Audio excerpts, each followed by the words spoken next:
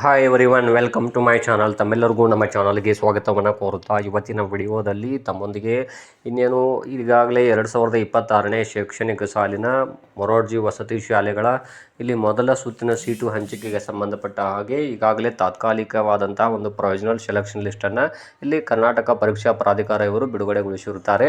ಇಲ್ಲಿ ಬಹಳಷ್ಟು ವಿದ್ಯಾರ್ಥಿಗಳು ಮತ್ತು ಪೋಷಕರು ಕೂಡ ಕೇಳ್ತಾ ಇದ್ರಿ, ಇಲ್ಲಿ ಮೊದಲ ಸುತ್ತಿನಲ್ಲಿ ಆಯ್ಕೆಯಾದಂತಹ ಶಾಲೆಗಳನ್ನು ಬದಲಾಯಿಸಲು ಇಲ್ಲಿ ಅವಕಾಶ ಇದೆ ಇಲ್ವಾ ಅಂತ ಕೇಳ್ತಾ ಇದ್ರಿ. ಅದಕ್ಕೋಸ್ಕರ ಈ ವಿಡಿಯೋ ಮೂಲಕ ತಮಗೆ ಮಾಹಿತಿಯನ್ನು ನೀಡ್ತಾ ಇದ್ದೀನಿ.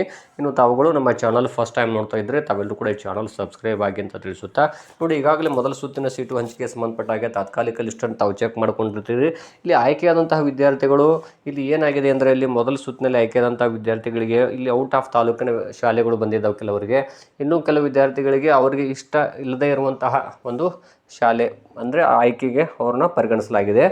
ಆದರೆ ಇಲ್ಲಿ ಪೋಷಕರು ಕೇಳ್ತಾ ಇದ್ರಿ, ಚೇಂಜ್ ಮಾಡ್ಬೋದಾ ಸ್ಕೂಲ್ಗಳನ್ನು ಅಥವಾ 2ನೇ ಲಿಸ್ಟ್ವರೆಗೂ ಕಾಯಬಹುದಾ ಅಂತ ಇಲ್ಲಿ ಕರ್ನಾಟಕ ಪರೀಕ್ಷಾ ಪ್ರಾಧಿಕಾರ ಇಲ್ಲಿ ಸ್ಪಷ್ಟವಾಗಿ ತಿಳಿಸಿರುತ್ತದೆ. ಏನು ಅಂದರೆ, ಇಲ್ಲಿ ಮೊದಲ ಸುತ್ತಿನಲ್ಲಿ ಆಯ್ಕೆಯಾದಂತಹ ವಿದ್ಯಾರ್ಥಿಗಳು ಇಲ್ಲಿ ಅವರಿಗೆ ನಿಗದಿಪಡಿಸಿದಂತಹ ಒಂದು ಟೈಮಲ್ಲಿ ಅವರು ಅಡ್ಮಿಷನ್ ಮಾಡಬೇಕಾಗುತ್ತೆ. ಒಂದು ವೇಳೆ ಅವರು ಅಡ್ಮಿಷನ್ ಮಾಡದೇ ಇದ್ದರೆ ಅವ್ರನ್ನ ಸೆಕೆಂಡ್ ಲಿಸ್ಟಿಗೆ ಇಲ್ಲಿ ಪರಿಗಣಿಸೋದಿಲ್ಲ ಅಂತ ಕೂಡ ತಿಳಿಸಿರ್ತಾರೆ.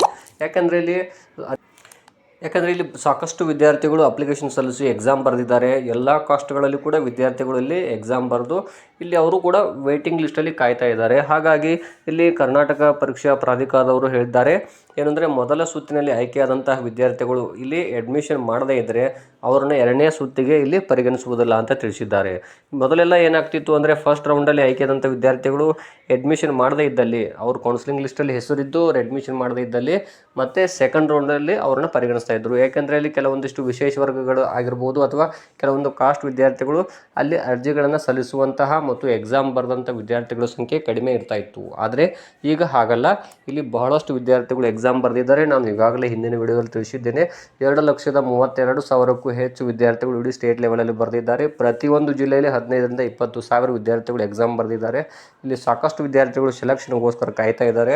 ಇಲ್ಲಿ ಅವರು ತಿಳಿಸಿರುವ ಹಾಗೆ ಮೊದಲ ಸುತ್ತಿನಲ್ಲಿ ಹಂಚಿಕೆಯಾಗದೇ ಇರುವಂತಹ ಇಲ್ಲಿ ಖಾಲಿ ಉಳಿದ ಸೀಟುಗಳಿಗೆ, ಹಾಗೂ ಇಲ್ಲಿ ಇನ್ನೊಂದು ಇಂಪಾರ್ಟೆಂಟ್ ವಿಷಯ ಏನು ಅಂದರೆ, ಮೊದಲ ಸುತ್ತಿನಲ್ಲಿ ಹಂಚಿಕೆ ಆಗಿ ಅಂದರೆ ಈಗಾಗಲೇ ಅವ್ರನ್ನ ಸೆಲೆಕ್ಷನ್ ಮಾಡಿರ್ತಾರೆ ಫಸ್ಟ್ ರೌಂಡ್ಗೆ, ಅವರೇನಾದರೂ ಇಲ್ಲಿ ಅಡ್ಮಿಷನ್ ಮಾಡದೇ ಇದ್ದಲ್ಲಿ ಕೌನ್ಸಿಲಿಂಗ್ನಲ್ಲಿ ಭಾಗವಹಿಸಿ ತಾವು ಸೂಕ್ತವಾದ ದಾಖಲೆಗಳನ್ನು ಹೋಗಿ ವಸತಿ ಶಾಲೆಗೆ, ಯಾವ ಶಾಲೆಗೆ ಆಯ್ಕೆಯಾಗಿದ್ದರೆ ಆ ಶಾಲೆಗೆ ಹೋಗಿ ಅಡ್ಮಿಷನ್ ಮಾಡದೇ ಇದ್ದಲ್ಲಿ ಅವರ ಅಡ್ಮಿಷನಲ್ಲಿ ರದ್ದಾಗುತ್ತದೆ ಸೆಕೆಂಡ್ ರೌಂಡಲ್ಲಿ. ಮತ್ತು ಅವರ ಹಿಂದೆ ಇರುವಂತಹ ಅವರ ರ್ಯಾಂಕಿಂಗ್ ಲಿಸ್ಟ್ ಏನಿದೆಯಲ್ಲ, ಅವರ ಹಿಂದಿರುವಂತಹ ಅವರಿಗೆ ಮೀಸಲಾತಿ ಆಧಾರದ ಮೇಲೆ ಅವರನ್ನು ಆ ಶಾಲೆಗೆ ಸೆಲೆಕ್ಟ್ ಮಾಡ್ತಾರೆ ಅಂತ ಇಲ್ಲಿ ಪರೀಕ್ಷಾ ಪ್ರಾಧಿಕಾರದವರು ತಿಳಿಸಿದ್ದಾರೆ.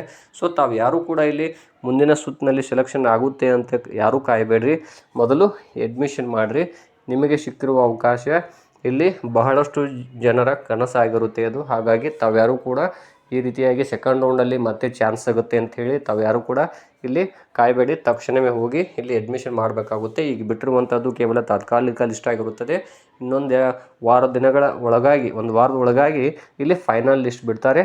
ಆವಾಗ ತಾವು ಸೂಕ್ತವಾದಂತಹ ದಾಖಲೆಗಳನ್ನು ತಾವು ಸಲ್ಲಿಸಿ ಅಡ್ಮಿಷನ್ ಮಾಡಬೇಕಾಗುತ್ತೆ. ಅವರು ಈಗಾಗಲೇ ತಿಳಿಸಿದ್ದಾರೆ. ಇಲ್ಲಿ ಯಾರಾದರೂ ತಾವು ಅಡ್ಮಿಷನ್ ಮಾಡದೇ ಇದ್ದಲ್ಲಿ ಅವ್ರನ್ನಿಲ್ಲಿ ಮತ್ತೆ 2ನೇ ಲಿಸ್ಟ್ನಲ್ಲಿ ಪರಿಗಣಿಸುವುದಿಲ್ಲ ಅಂತ ಕೂಡ ಅವರು ತಿಳಿಸಿದ್ದಾರೆ. ಇದೇ ರೀತಿ 2ನೇ ಲಿಸ್ಟ್ ಬಿಟ್ಟಾಗ ಅವರು ಕೂಡ ಅಡ್ಮಿಷನ್ ಮಾಡದೇ ಇದ್ದಲ್ಲಿ ಅವರು ಕೂಡ ನೆಕ್ಸ್ಟ್ ಥರ್ಡ್ ರೌಂಡಲ್ಲಿ ಕೂಡ ಅವ್ರನ್ನ ಸೆಲೆಕ್ಟ್ ಮಾಡುವುದಿಲ್ಲ. ಈ ರೀತಿ ನಿಯಮಗಳಲ್ಲಿ ಇರುವುದರಿಂದಾಗಿ ತಾವೆಲ್ಲರೂ ಕೂಡ ಹೋಗಿ ಅಡ್ಮಿಷನ್ ಮಾಡಬೇಕಾಗುತ್ತೆ ಮುಂದೆ ಫೈನಲ್ ಲಿಸ್ಟ್ ಬಿಟ್ಟಾಗ ಅಂತ ಈ ಮಾಹಿತಿಯನ್ನು ತಮಗೆ ಶೇರ್